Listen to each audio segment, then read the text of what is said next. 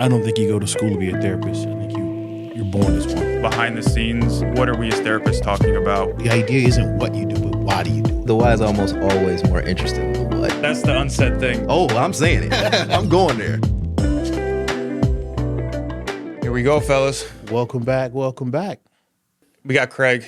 We got Craig James. We got Dr. Johnny Pierce. Don't call me doctor. Don't call him doctor. And we Matt got Matt the Christian. Madman Christian. Yes, sir. Matt- Sporting the new ring. He mad God. now. Married man now, people. Sorry, ladies. He's off Can't the have market. many Yeah. more. Should we hold a moment of silence for the single women of the DMV? All the single You know. ladies. I say that and I make that joke. None of them seem bothered by it, to be honest. They don't care. God bless them. So what are we getting into today, fellas? Well, it's interesting because this is the season. We're going into the fall. I thought about this recently. We've been talking about it. Looking at the college process, right? So juniors in high school are waiting to be seniors. Seniors are working on the application process to go to college. And parents are worried, concerned, excited, and all the other adjectives about that process. But yeah, I was going to go through some stats. Johnny, is there anything you wanted to add before I jump into these stats? Or I just want to say this, and I think this is the general feeling that we have about this. Our conversation today is not meant to discourage anybody from pursuing higher education. I think that, like anything else that we've talked about, we really want people to be informed consumers, to have a pretty decent idea about what you're getting into before you get there, because once you get there, the bill starts building up. So if you need to take that gap year, if you need to take a second to figure out what you want to do before you get onto a college campus, like we'd prefer to encourage you to do that than to get there and find yourself in this loop of changing majors and maybe even transferring schools and all that other stuff, because a bill is just kind of racking up the whole time you're doing that. And that's going to impact your wellness. yeah, and getting into some of what do we see clinically as therapists around all of this, whether it be with parents or with the kids. Yeah. So here are some Cold, hard facts. Yeah, some data, and so this is just economic data related to this question: is college worth it? In what way is it worth it? To what degree? So I'll just go through some of it. So according to the Bureau of Labor Statistics, people with a bachelor's degree earn 67% more than people who only have a high school degree. The median bachelor's degree is worth $306,000 for students who graduate on time. And these are so that's median. That's not definitely going to be everyone's experience. And the graduated on time part is a pretty big piece of that. And then this is a really, we were talking about this earlier, but this is like a super, super key thing in the data, is that the major is the most important factor. So what people are studying being super important. So it says college rankings, like the U.S. News and World Report, emphasize the choice of the institution, the choice of the college. But from a financial perspective, choice of major is the more important consideration, and that major alone explains nearly half of the variation in the return on investment of going to college. And then to this point, it says, some fields of study, including engineering, computer science, nursing, and economics, can produce returns of $1 million or more. Others, some of this hurts personally, but others, including art, music, religion, and psychology, which was my undergraduate degree. Is that what you all had as an undergrad degree? Yeah, BS in psychology. BA in psychology. Often have so those degrees often have a zero or even negative net financial value. Ouch. Yeah. PSA real quick to people.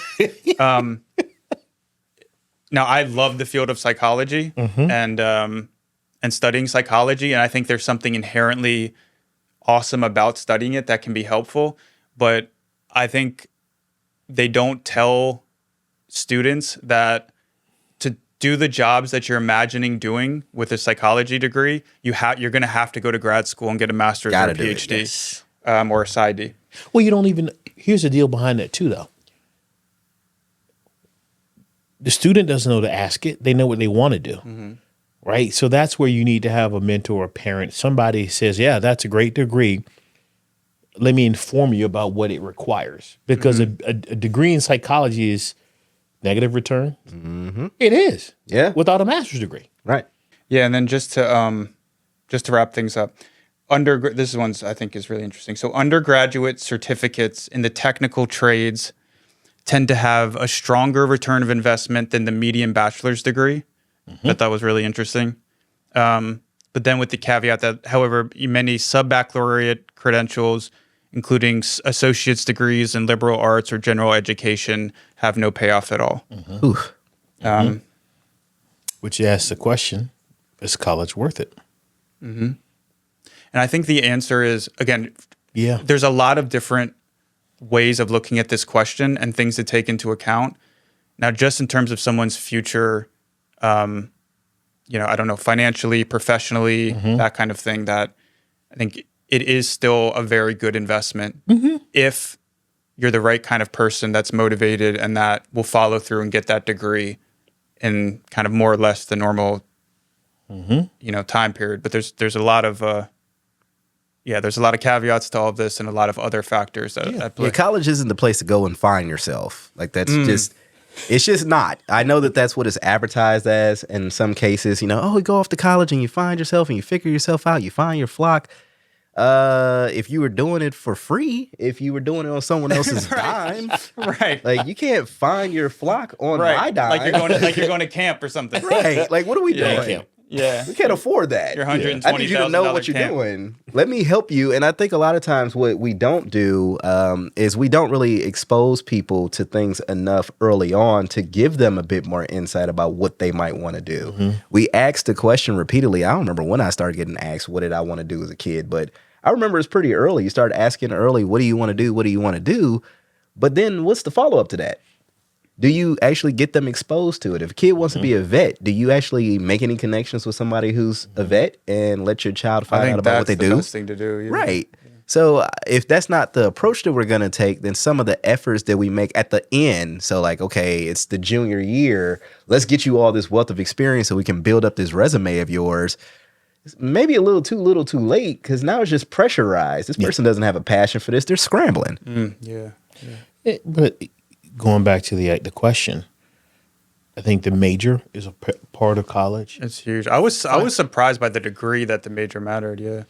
I knew it, but without the data. It was, to me, it made sense. Right. Yes. Because, we've all heard a story about the people who end up in retail who've got these bachelor's degrees in the social sciences. Right. Yeah. I interrupted you, though. What were you No, I just think it's a matter of looking at the degree. It's not about finding yourself, but you need to know who you are. It'd be helpful. There is a developmental process of exposing yourself to other things.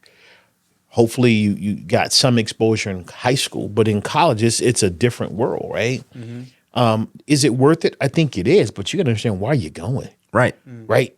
You don't go to college to be successful. Because I don't know what it means to be successful. We talked about that before. Define success. So I've also been really encouraging of people recently, parents in particular, when they're asking the questions about college.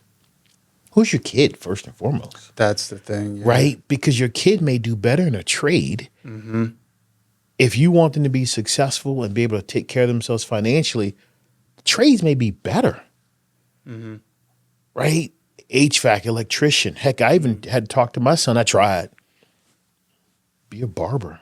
Those guys make good money. Hand over fist. Easily. Yeah, you were mentioning this earlier, and you were talking about it in a way where I was about to hand in my pink slip, and I was like, Craig, it's been fun, but like, think about it. I'm going to go buy some clippers and make something myself. Men in particular, like women's barber, the beauticians, that's even different. They make even more. But just as a guy who's a barber, if you're really, really good, you're cutting a hair every 15 minutes or so, right? Think about how much you're paying. You have to pay for your haircut, how much you leave for a tip. The barber's got to do booth rent. They got that expense. But if they're really good, they got a clientele that's huge. And if you do it going out of high school into college, there is no booth rent. Take that show on the road. Hey, you just cut hair in your friends' rooms. They clean up the mess. You just get paid. So it's huge. One thing that when you were talking, Johnny, about the finding yourself thing that it was making me think of. So this is the other end of things, and coming back to like what you see clinically in sessions with people is the other end of it is like there's this expectation, this whole idea of like college is supposed to be the best time of my life. You know? So like there's how's it going to set one up for success?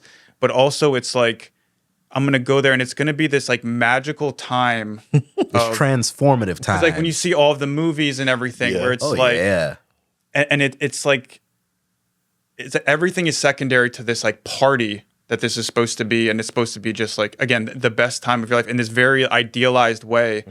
And talk to a lot of people when that isn't their experience, and for a lot of people that isn't going to be their experience. Right. And also looking at like there's something, I don't know, kind of a bummer about, if you're going to say this time of your life, these few years in your early or you're like your late teens, or it's like the best.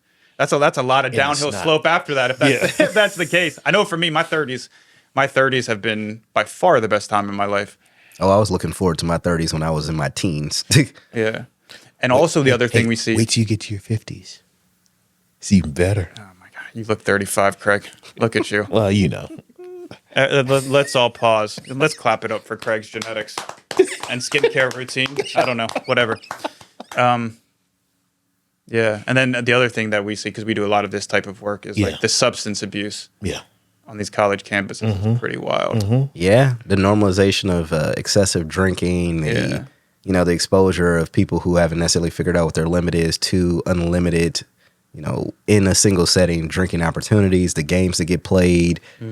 Yeah, it can do a lot of harm. Yeah, that's a whole new conversation. Yeah, but the question is again, we value college because we didn't know, and we were fortunate enough to figure it out along the way. But in the rooms, clinically, what do we see, right? I mean, that's the question we're posing, because this came up not just with the three of us. It came up in our clinical staffing about the pressure that college brings. Parents have a pressure. Kids have a pressure. Yeah. And in some respects, the schools are a part of that pressure process. Right? Think about how many times, high school, middle school kids – what are you going to do when you go to college? As if that's an automatic. We don't even consider the trades or whatever the case may be. Or maybe, hey, I can't stay in school. I just want to go work.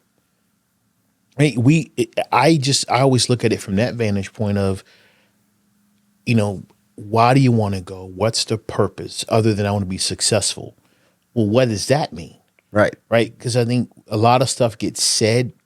We get to reality test or at least define those statements, right? Because when you say I want to be successful, okay, can you elaborate on that? Because the success you want may not be college. If you bring up success, there's a very popular book out that I don't know about you guys, but I've definitely had parents reach out to me because of failure to launch issues with their young men, especially. And then they become my clients. And what you find is this guy was never in the school. This was never his strong suit. And yet he got sent off to go to school as if that was going to end well. And in many cases didn't have the supports going into the process, didn't really have a clear vision about what he wanted to do. And because he had not been allowed to fail, I think you mentioned that earlier, the second that things didn't start going well, stops going to class, starts missing class. Of course, very hard to learn the material if you don't go to class. So when it's time to get it tested, quizzed, whatever, getting poor grades now, feeling worse about the self. Don't want to call home and let everybody know that I'm not hitting the mark because I don't know how well they're going to deal with that. So I'm just alone. Yeah. What do you all see, whether in session or just out in the community, with the pressure that parents face about what college their kid's going to go to? Is their kid going to go to college? Those type of dynamics. Their views and feelings that come up and the pressures that they're experiencing. So I'm in it right now. Yeah, you're in it personally. My son is 17. He's looking at the process. And,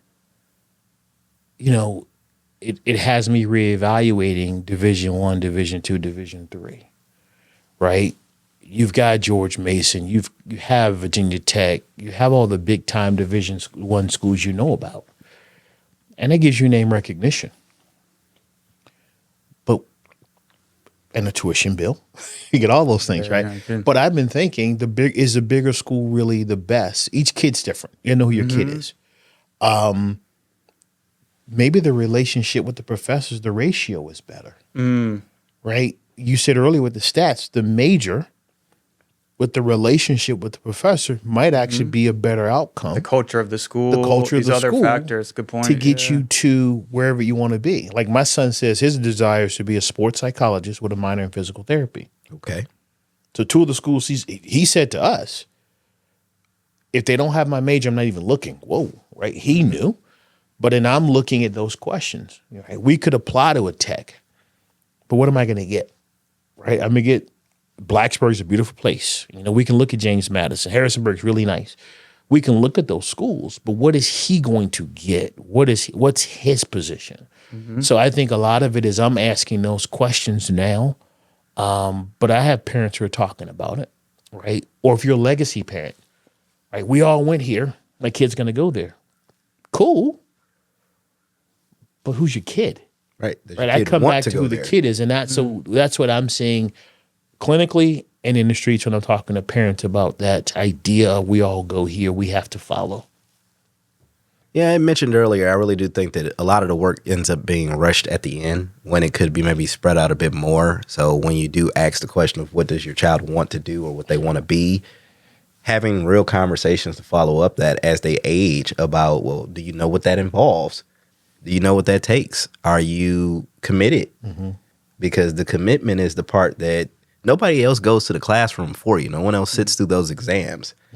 Nobody's going to do the studying for you. And yes, we have AI now, so who knows how much people are actually doing any of this stuff. But GPT's got a lot of English degrees. I'm sure. But that said, you're the one who's got to go through the process. And if I haven't taught you that I believe that you can go through the process, then you may still be clinging to me, maybe still relying on me to do that work, that ultimately that's got to come to an end because I'm not going to be able to come to the college campus and do the work for you. I've got a job to do. And there's a certain subculture in different areas of the country, especially, and certainly in the area that we're in. We're in the Northern Virginia area, which is, there's a lot of affluent people, a lot of high-powered professionals and otherwise. And there can be this real preoccupation, social pressure, obsession even of going to some kind of elite college and what this is going to mean. And then there's this whole process where it's like a central thing in the kid's life and then by extension the family's life, the parents' life, of how everything starts to revolve around, I'm using some hyperbole, but everything starts to revolve around how do we build this resume? So everything that's being done is like, how is this going to look on this resume to get into Whatever school. And then what people imagine is going to happen after they go to school, that school, I don't know. But one, is that something you do see? And also, what do you think are potential downsides of that, or positives? As soon as you were saying it, I think there's positives to it. Okay. Right? We sometimes are highlighting the concerns because that's what we see. Yeah. Good Right? point. So knowing your kid, that's the guidance you set up. You guide your child. You don't parent at a certain age. I think in the competitiveness in this area is the consequence I see.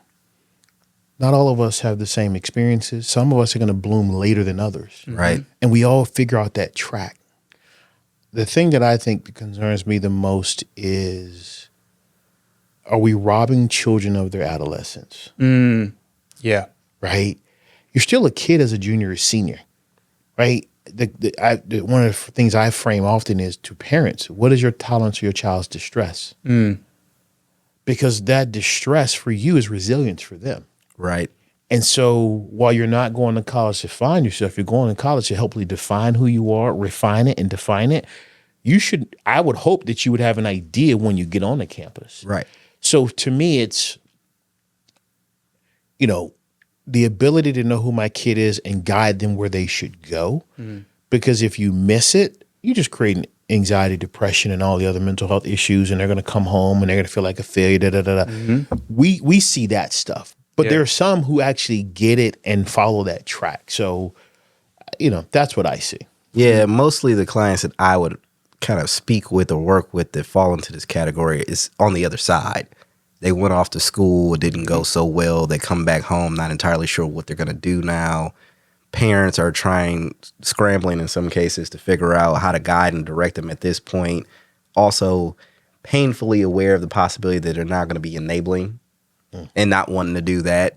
So it's like a catch-22. How much do I help my kid? When does helping become enabling? Being able to distinguish that, it gets real messy real fast. Yeah. Yeah, and I think it's that like that guiding piece that you were talking about, and who is my kid, and honoring that, and how much of I think the tension can sometimes come from a few different places. One being is, if I'm honest about who my kid is, can I honor and celebrate and enjoy that? Or is it hard for me because I'm comparing that to this expectation of who I thought my kid was going to be and what that would mean for me, you know? Or what if I thought this kid was going to climb the heights that I didn't make it to? Exactly. That they were gonna do the things that I failed on, or I dropped the ball on. I didn't get to where I wanted to go, and they were supposed to make up the difference. And naturally, that puts your kid in a position they can't win because that's your trauma. That's your trauma that you're now putting on your child. I say kids aren't kickstands. We can't lean on the kid to satisfy the gaps in our lives to make ourselves feel better as parents. Like, that's not their role or responsibility. Right. We're here to welcome them into this world, discover who they are, celebrate who they are, and guide them and assist them in succeeding in being whoever they are.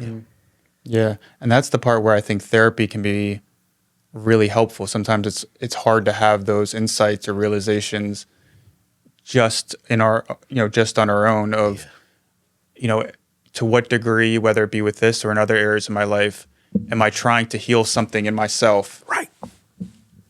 In this case, through my child. Right. Through whatever their, in this case, I don't know, success or imagined success or something. Well, I think it leads to a question we were talking about, which is, I think parents are doing the best they can with the best of intentions. Yeah. I would say parents are loving their children the way they know how, which may or may not benefit the child. But we also see parents, I think the term that we were talking about earlier, which you bring up slightly in some form, is we're engineering an outcome. Right? Think about what you're seeing. Well, that's a question. It's an attempt to engineer an outcome. Yeah. Right. Can I give a real quick before you go out? Go for it. Yeah. Shout out to our colleague, Catherine Lutz, who was mentioning just that thing, which I was like, oh, I really love that way of putting it at our team meeting. Who's in? We're gonna get her on the pod one day. It's happening. Don't tell her I said this, but is a pretty amazing therapist. If anyone's looking for a therapist around, in our area, she's pretty awesome. Works with the little people all the way up to the adults. Yeah. But yeah, I don't know if I. No, I was just thinking about the engineering aspect that parents go through. Right. I think go ahead. You were going to say. No, because what it's making me think is like, and this is something Catherine mentioned too when we were talking of a lot of, and the best intentions part, I think is a really key part of it, is that some of these skills and approaches that have made these people, the parents in this case, really hyper successful in other areas of their life, then trying to apply that to how they're raising their kids. In this case, how they're kind of managing things related to this college stuff that we're talking about. And that goes to the engineering thing, where it's like this problem-solving thing. I'm going to control all of the variables in a way that, where I have this certain outcome in mind. And so I'm going to somehow pull all the right levers, no matter what it takes, to get things to this desired outcome. Right. In this case, the outcome being whatever kind of elite school. And I find there's a lot of pressure between parents where everyone's talking about this, and then what school my kid goes to can take on this form of like, it's a proxy, or it represents how good of a parent was I really. And so there can be a lot of this inner turmoil with parents because it takes on this kind of like trophy, sick kind of like thing. Kid becomes a trophy. Trophy. Think of the cliches. Kid's a trophy. Keeping up with the Joneses. Think about all the things that you're describing that parents are dealing with, right? Hey, my kid's going here, my kid's going there, right? Like, for the longest time in this area, everybody from Northern Virginia seemed like they were going to James Madison. So my comment used to be, oh, so you're going to the 13th grade. I'm going to James Madison. It's 13th grade.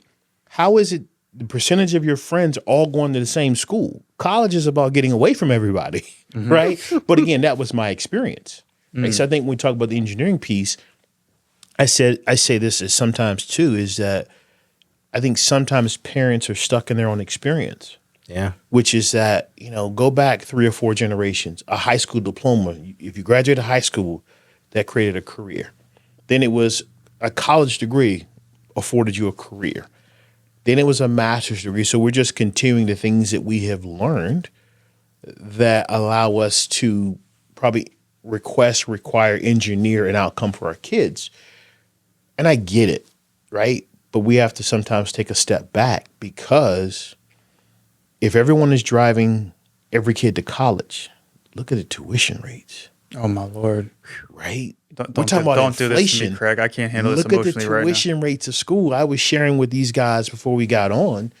I went to Mason, and the numbers are off. But I remember when I went to George Mason, I think a 1 credit class was under 200, somewhere in that neighborhood, maybe 250. And at the same time, a 1 credit course at Nova was like $75, $80 an hour. Look at it now versus then. I graduated in 95. So I look at the price for college tuition like, dude, that's the price of a house. And then we talk about parenting engineers. Parents put away money for 401ks and all those things. Excuse me, the student loan programs. Not loans, sorry. When you defer money, I forgot what it's called. But parents are setting aside a lot of money for kids to go to college. Yeah. And it's not even covering it. Like, if you think about it, here's a financial question. Do you pay for your kid to go to school, or do you retire early? Think about the price of tuition. Could you retire on that a year, 2 years earlier?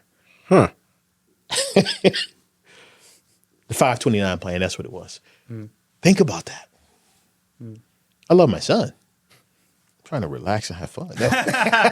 There's limits to the love. Yeah, a lot of limits. But those are questions, right? I don't think we always have the answers. We're posing questions around college. Is it worth it? Yes.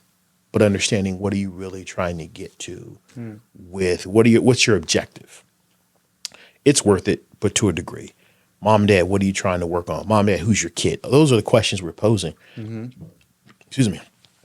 What to think about. Go ahead, Matt. What are your all's thoughts, though? Okay, like looking at the other side of things. I always try to imagine what's like the counter argument to things we might be talking about. Okay. And in this case, because we've also talked a lot about in the past, like the overindulgence of kids, the not holding kids accountable, kind of allowing kids to be in charge almost of.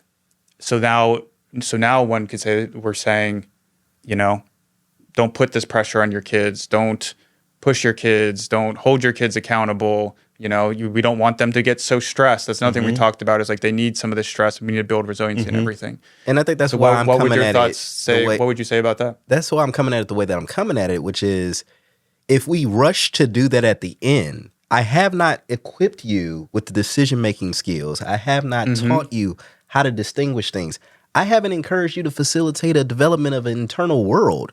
So when I ask you about you, you just spit out something that I told you about you. You don't really have an answer for me. I ask you what you want to do. I don't know. Well, what do you think about this? Yeah, sure. Because you're just trying to shut me up. That's because I fostered that. I foster you to be obedient instead of fostering you to be someone who thinks. And if I do that all the way up until you are a junior or senior in high school, why then does it make sense to me to suddenly thrust upon you this new decision-making, this new kind of critical thinking process? That was silly on my part. But if I've been fostering that since you were 10, 11, just giving you these little experiences where you can make a critical decision and being willing to watch you fail, that sometimes you're going to make a poor decision. And that's not necessarily a bad thing because you can learn from that poor decision. If I started there, if I'm starting at 10 and you make a poor decision, what's the consequences going to be for you? If I'm starting at 17, though, the consequences could be pretty significant. That's right, yeah. So it's more about scaffolding. You do it over time. You figure out where your kid is. We talked about knowing your child. Figure out where your kid is. Where are they strong? Where do they struggle? Okay, how am I going to help them with these struggles and reinforce their strengths? If my child is a bit bossy and they always feel like they got to control things, okay, I can look at that as just a problem because they're making everybody around them miserable. Or I could see what skills are in there that I might be able to develop and refine so that their leadership ability is now what's shining, that this person wants to be responsible for others. They feel like they should be responsible for others. How can I nurture that so that it becomes something that's healthy for them instead of something that's off-putting? If I got someone who's a little bit of a slow spirit and they don't have get up and go, they're not terribly motivated, what do they do well? What do they seem to excel at? Well, they figure things out pretty quickly. Okay, do I need them to have a whole lot of get up and go if they're a good problem solver? They're taking their time to work through what makes sense to do. I need to actually celebrate that and nurture that. Yeah, and maybe this would be a good time because I talked to a high school counselor. Yes. That is really embedded in this world and also in the world of mental health, just to get some comments on like what they see. So this person said, people are more worried about name recognition of the school than anything else. And I see that become the primary focus for students when in reality, there are some amazing opportunities and programs available at smaller or lesser known universities. They said, I think it's super important to students to actually consider what they want in a school. This goes to what your son was saying, what they want in a school, and most importantly, a community rather than its name recognition. Because at the end of the day, a bachelor's is a bachelor. And everyone else applying for that job has one. It's about the learning experience and opportunities you got in undergrad that set you apart. And then some on the effect on mental health. They said they being the parents and pressure from the school and everyone, they make these kids take AP classes, everything as soon as they're able, and expect straight A's. They also expect them to be involved in everything to boost their resume for college. And then the kids are super stressed about making sure they get into a, quote, good college and overwork themselves. And then they crack when they fail an assignment or don't get accepted and have zero resiliency because they have never been allowed to fail, which speaks to your point. It's funny how when I said earlier about robbing kids of their childhood. I call it the Michael Jackson effect. I want to make a child an adult before it's their time. And then you wonder why you get on the back end what you get. That's actually a really good quote, though. I mean, that's a person who's worked with families, teens for a while. And I'm just always interested, and I don't know that we have the answer. When did it become status, like this school, that school? Well, I wonder if it's always been that way. It's just that it's gotten, like most things, blown out of proportion over the years. Because, I mean, we've always had Ivy League schools. We've always had more prestigious public institutions. Like, that's always been there on some level. But like most things, it seems like we're doing everything in hyperdrive now. You know, if you believe something, it's not enough to believe it. You've got to not like or hate anybody who believes otherwise. If you care about something, you have to be so passionate about it that you got the bumper sticker, the flag, and also you've got to have, whatever gear associated with it. If you are against a certain thing, it's not enough to be able to say a logical answer as to why. You just spew venom at whoever it might be. And, we talked about this earlier. Why do we send people to school? What we say is for them to learn. But then what do we tend to harp on and ask questions about? Test scores, the state test scores or whatever that might be, grades, GPA. These are the things we kind of harp on. So what message does that send to the child? You say that it's important for me to learn, but what you seem to be focused on is what grade I get at the end of the day. I can learn how to get a good grade, but that don't necessarily mean that I actually understand the material. Yeah, and what that's making me think of is something that, Craig, you say a lot, which is process over outcome. A parent being involved in their kid's education, I think, is a very important thing. Yeah, and something that really helps long-term outcome. Now, I think it's also about the scaffolding, I think one of you mentioned or something, of doing it at an appropriate age. Once someone's 15, 16, 17 years old, maybe holding some accountability or something, but you don't need to be probably counterproductive to be too on top of them. But Well, think about it. Right. So the accountability piece. We're in Northern Virginia. Every public school system here has some type of online Blackboard, whatever it is. Parents can go on and look at their kids' grades. I always ask parents, why are you doing that? When I was in school, my parents didn't know a thing about my grades until my report card came home. Facts. Which is when I was accountable then. Right. I think I understand why schools do it, but why are you logging in weekly? daily at times? Or daily? I don't want to know that Kelby didn't turn in an assignment. If you tell me, my response is, what's your plan for that? Mm-hmm. I'm not educating him. You are. Parent-teacher conferences. I don't want to be, when it's all said and done is when I get to be involved. Mm-hmm. So I think there's a lot of systems in place that brings parents into it, which doesn't allow them to scaffold, to sculpt. Mm-hmm. It actually becomes hovering or over managing or over functioning, right? Mm-hmm. Yeah, I'm a process guy. Yes, that's my thing. I'm built for process. Yeah. It reminds me of a quote Sean McVay said. He said, pressure is a privilege. Pressure is a privilege. I love that, yeah. Yeah, and I think it was either before or after they won the Super Bowl. And he's right. Right? But it's not pressure if it's what I expect of myself. It's an expectation. Right. Pressure is what you put on me. And I have to take that on too. Mm-hmm. Mom and dad, are you creating pressures or expectations? Yeah, and so with like the process over outcome, I think when there's this hyper focus on, okay, we know this outcome that has to happen for this kid, which is getting into some elite school, and then everything being engineered for that, is it creates this kind of perfectionism.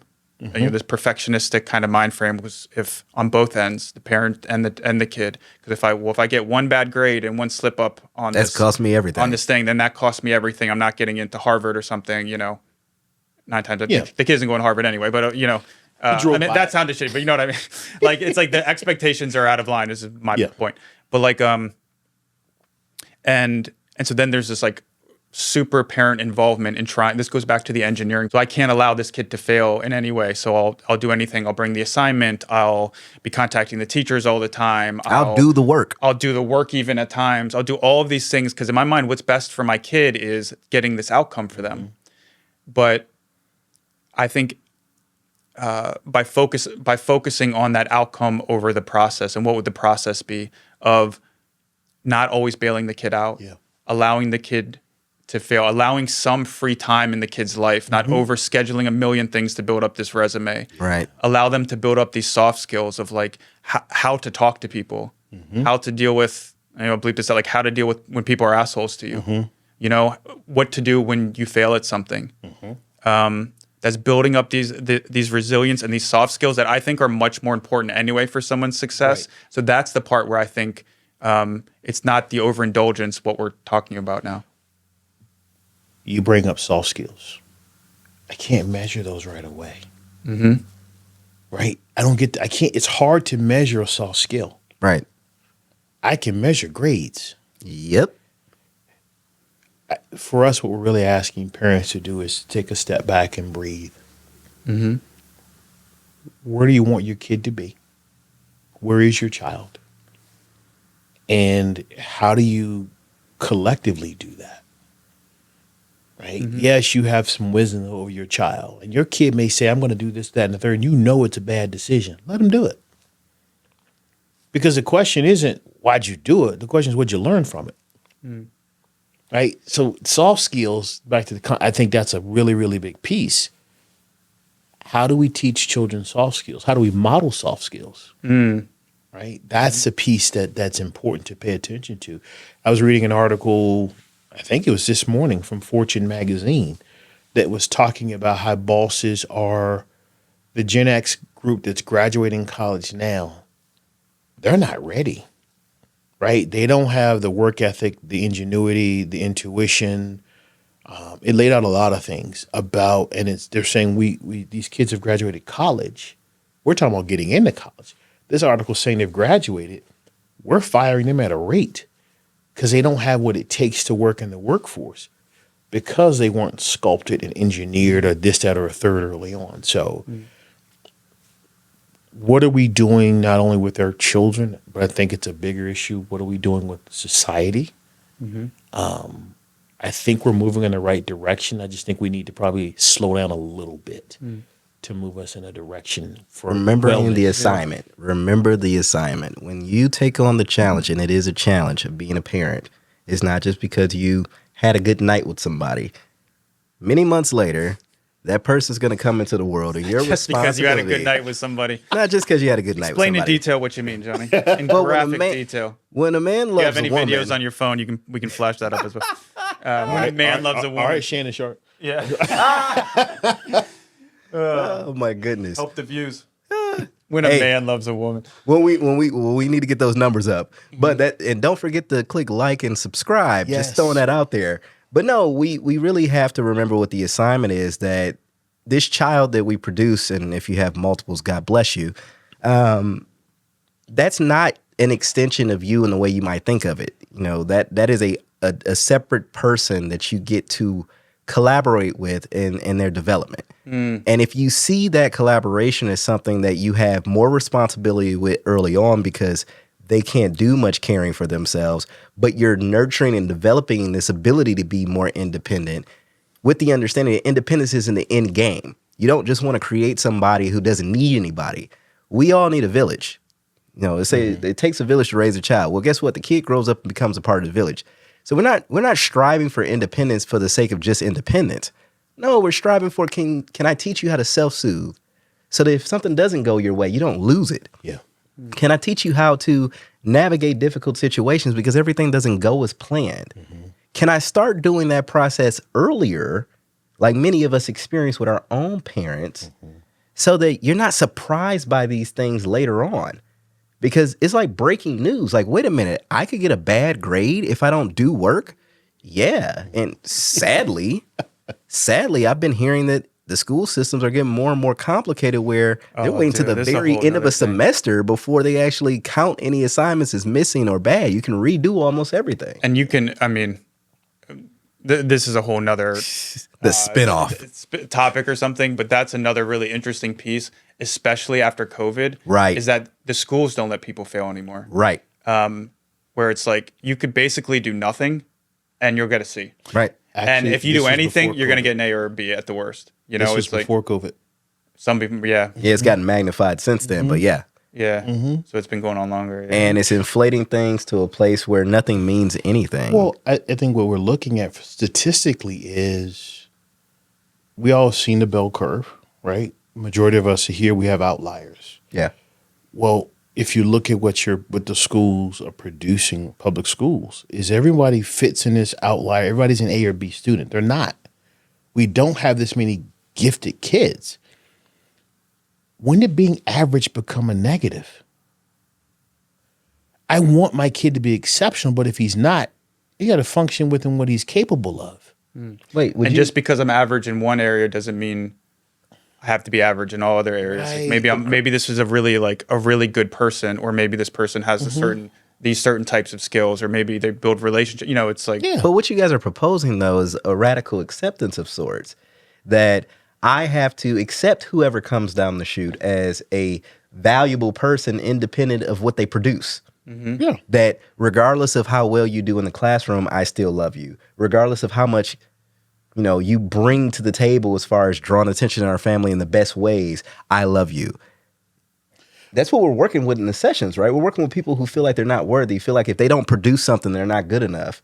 And maybe, just maybe, we'd have to shift the way we're valuing people from the beginning so that it's not about what you produce. Because grades are production. Yeah. Well, I think that brings up something that Matt has an ancient wisdom piece that I think speaks to that. Yeah, it's about that Yeah. time. it's about that time. We need a jingle. Johnny, sing a jingle for me. Hit the notes too. You were a little man. flat before the podcast. Oh, no. Well, I got no jingle for you today, man. But I do got pipes. Woo! There it is. There it is. Don't sleep on the pipes. So I wanted to bring up some things from Stoicism and Stoic philosophy and approaches to life. So Stoicism was a philosophy and certain practices and way of life that first began in ancient Greece and then really came to prominence in the Roman Empire or in ancient Rome. So these, I think it'll be like 2 quotes, have to do with valuing your time more than possession and how we relate to time. And this is from Seneca. So he says, people are frugal in guarding their personal property, but as soon as it comes to squandering time, they are most wasteful of the one thing in which it is right to be stingy. And then another related quote. It's not that we have a short time to live, but that we waste a lot of it. Life is long enough, and a sufficiently generous amount has been given to us for the highest achievements if it were all well invested. But when it is wasted in heedless luxury and spent on no good activity, we are forced at last by death's final constraint to realize that it has passed away before we knew it was passing. So it is. We are not given a short life, but we make it short. And we are not ill-supplied, but wasteful of it. Life is long if you know how to use it. Wow. That's actually really good. Sounds about right to me. Yeah. Ooh. Yeah, it's a good one. And some kind of related, like, yeah. Mic drop. No, put it on a t-shirt. Put it on We're a t-shirt. gonna have a whole line of t-shirts. We gotta Hey, have we a got- t-shirt. We got to get that production going ASAP. We'll call it, what do we call it? The insights and actions plagiarism Yeah, fashion line. yeah. We call it what we want to call it, but that's Take t-shirt. quotes of other people, put it on things, and sell it. Yeah. Hey, as long as we reference them, we should be in the clear. You know, That's we just right. throw a little dash there and put his name. Yeah, and so some practical things that were suggested at that time, or different Stoics would do. One would be reflecting on your day and doing some kind of journaling at the end of the day. Others is like to be ruthless in guarding your time, of saying no a lot, and not letting others dictate your life and your time. Yeah. Another one is to consider your own death. Consider the reality of your own death. Yeah. And then here's one. I'd be interested to hear what you all think about this one that I heard.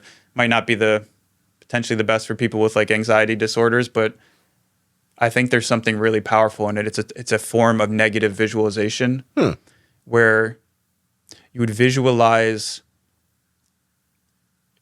you would acknowledge the reality and then visualize the fact that there will be a last time that you see your children, that you see, or other loved ones in your life, or a last time that you experience something wonderful about your life. And then you go backwards and saying, like, imagine at that time someone offered you, I'm going to give you this thing, and I'm going to allow you to go back and live this out and experience these things that you've realized you're never going to experience again. So now you go into an interaction with your kid or someone, and it's like, You fully cherish it. yeah, it's like, wow, I get this time with this person right now, and it makes it fresh, it makes it meaningful, and because it's actually more realistic. Right. That is the reality of it, Because you never know when that So last time's it's going to be. It's a little bit more of a radical kind of a approach or practice, but I think I don't there's know something if really it's- powerful in it. Yeah, I don't think it's radical. I think it's radical in the context of our day now, Yes. where we don't want people thinking about bad things, negativity, or anything of the sort. We're all going to live forever, and whatever issues you have, they've got a pill for it. We don't really allow people to experience any form of suffering that you will live through this suffering, and then you won't. A time will come when you don't get to go forward. That's actually encouragement to make the most of what you have. I think our profession allows us to be present, Yeah. which is why for me, I think for us, that's not radical. Yeah. Fair. We're taught and we request, require, encourage the folks that we see. Yeah, you're anxious, which means what? Or what's the anxiety telling you? Sit Right? with it. So for us, that's not radical. Yeah, that's a good point. Yeah. Yeah. So Yeah. Yeah. I appreciate whenever you share one of these with us. And in this one in particular, I hear a lot of my values coming out because no is one of my favorite things to tell people. And when I tell people no, it's one of my favorite things to tell it is one of my favorite things. But when I say yes, it has more value because the person knows I'm not saying yes because I'm trying to make them, like me or something like that. I'm not trying to say yes because I'm trying to win them over, butter them up. No, I'm saying yes because I truly want to say yes. I said I was going to be there. I'm going to be there. They can set a clock by me. I like having that level of dependability and I like having that level of consistency. But that consistency only comes from I'm agreeing to do things that I can actually show up for. I'm agreeing to show up in the ways that I can actually show up. I'm not overextending myself. I'm not overscheduling myself. When I say I'm not available, I'm not available. Another one in the books, fellas. appreciate it as always, guys. Yeah. This Bang, was bang. fun.